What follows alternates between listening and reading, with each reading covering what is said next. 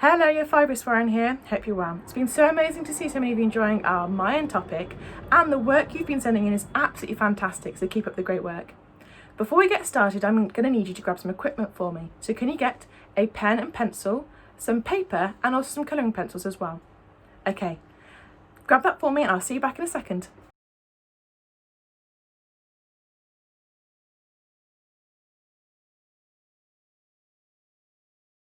So hopefully you've come back now and you've got all the equipment prepared, ready for later on. So we're going to start onto our starter task now, in which I've been really enjoying doing the 10 year 5 and 6 spellings. You're having to memorise them for about 30 seconds to a minute, pausing it and checking. But I'm going to make it a little bit more difficult this week. I think I'm going to put on 12 spellings for you.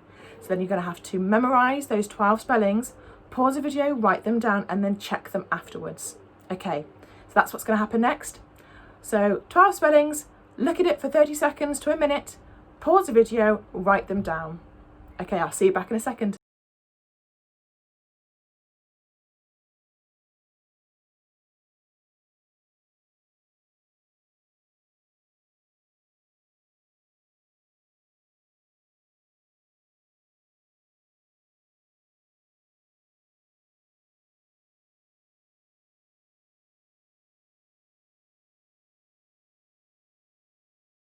How'd you get on?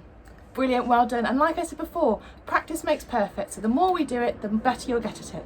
Okay, so this week we are going to learn how to spell homophones. But year 5, I don't know what homophones are. Can you pause the video here and find out what a homophone is and then tell me?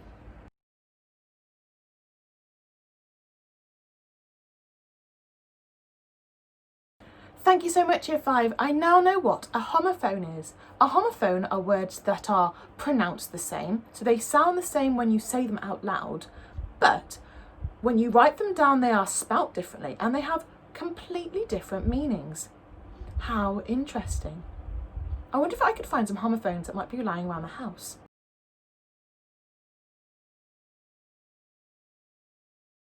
I found 2 examples of homophones. I found the colour red and a book that I've read. They sound the same but mean 2 different things. I've also got write and write. So I write with my right hand. They sound the same but mean 2 completely different things. I wonder if you could find some homophones that are lying around your house too.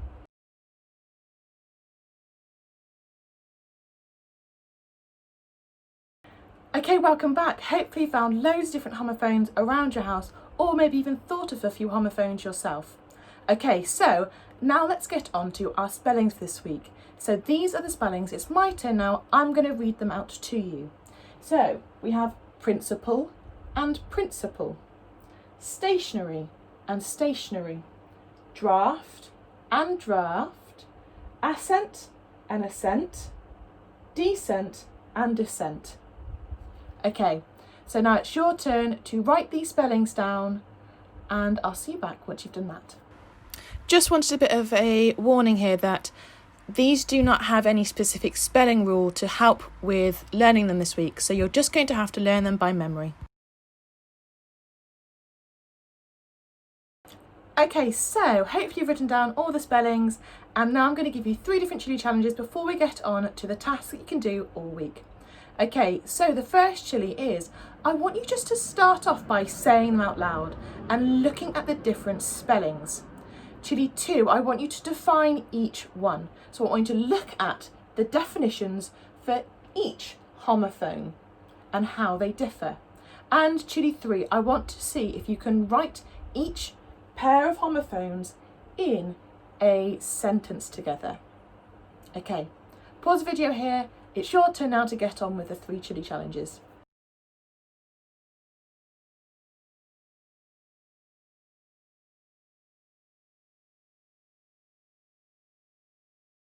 So hopefully you finished at least one of those chili challenges, if not all of them, and let's get on to the activities that you can use all week to help practice your spellings. So the first activity is to fill in the missing gaps in the sentences. So I'm going to write down 10 different sentences because there are 10 spellings this week, and you have to fill in the missing gaps with the correct spelling. So this is where if you don't know the difference between the two homophones, you will need to find out before filling in the missing gaps. Okay, I'll see you back in a second with the different sentences and I will read them out to you. So now you need to fill in the missing gaps with this week's spelling. So it's my turn now. I'm going to read out each of the sentences so you can fill in the missing gaps with the correct spellings this week. So the first sentence is, the blank up this Mayan temple has taken hours.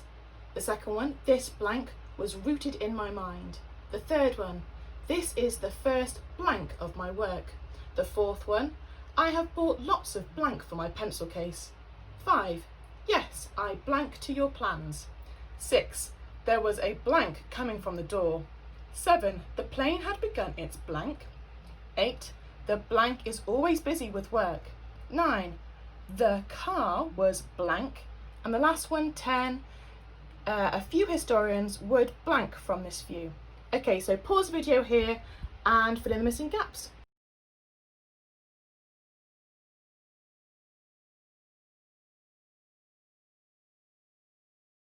Okay, now it is time to check to see if you've got them all correct. So the first one, the ascent up this Mayan temple has taken hours. So ascent means to go up something. The second one is, this principle was rooted in my mind. And obviously, as we know, the principle means something that we believe in. So it's a strong belief that we have. The third one, this is the first draft of my work. So that is something that is the first thing that we've done, first trial of something. The fourth one is, I have bought lots of stationery for my pencil case, and I know a lot of you in 5W did have a lot of stationery, so that would be like pens and pencils and rubbers, all the things that we would need to do our work with. 5, yes, I assent to your plans, and assent means I agree. 6, there was a draft coming from the door, so a draft is something that is like a breeze or a bit of a wind. The 7th one, the plane had begun its descent. Brilliant. Descent is like a decline, so it's going down, so it's going to land. The 8th one, the principal is always busy with work. And principal is someone who is at the head or in charge of something. Typically, we kind of associate a principal with kind of American schools, which is someone who is at the top of the school. The 9th one, the car was stationary, so that means standstill, it wasn't moving. And the final one, a few historians would dissent from this view, which means disagree or not agree with the view. Okay, so pause the video here and check to see if you got all those correct.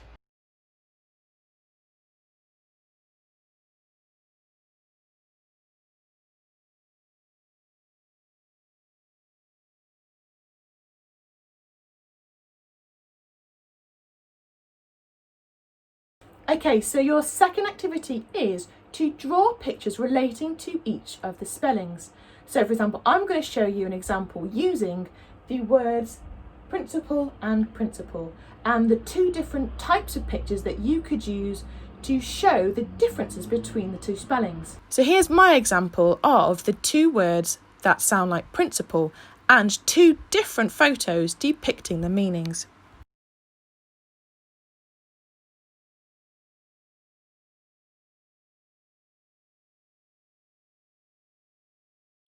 And the final activity is to create mnemonics. Now we haven't done this in a while, but I really want to see the new mnemonics that you create. So I'm going to show you with the word draft. So I've written my spelling down the side, and now I'm going to think of a word that goes with each of the letters. So, dogs run after fast tigers. Completely bizarre, but that might help me remember these tricky spellings that don't have specific spelling rules. Okay, so now it is your turn to write mnemonics for each of the spellings.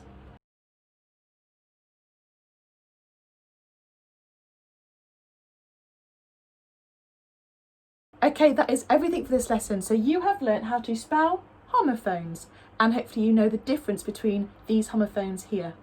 Okay, now let's get on to the Spelling Shed champions for this week. So for 5E it is Farley D, for 5P it is Kyra B, for 5T it is Harrison M, and for 5W it is Samson F. And well done to Samson, who is the top of year 5 and is actually second in the school, so well done Samson.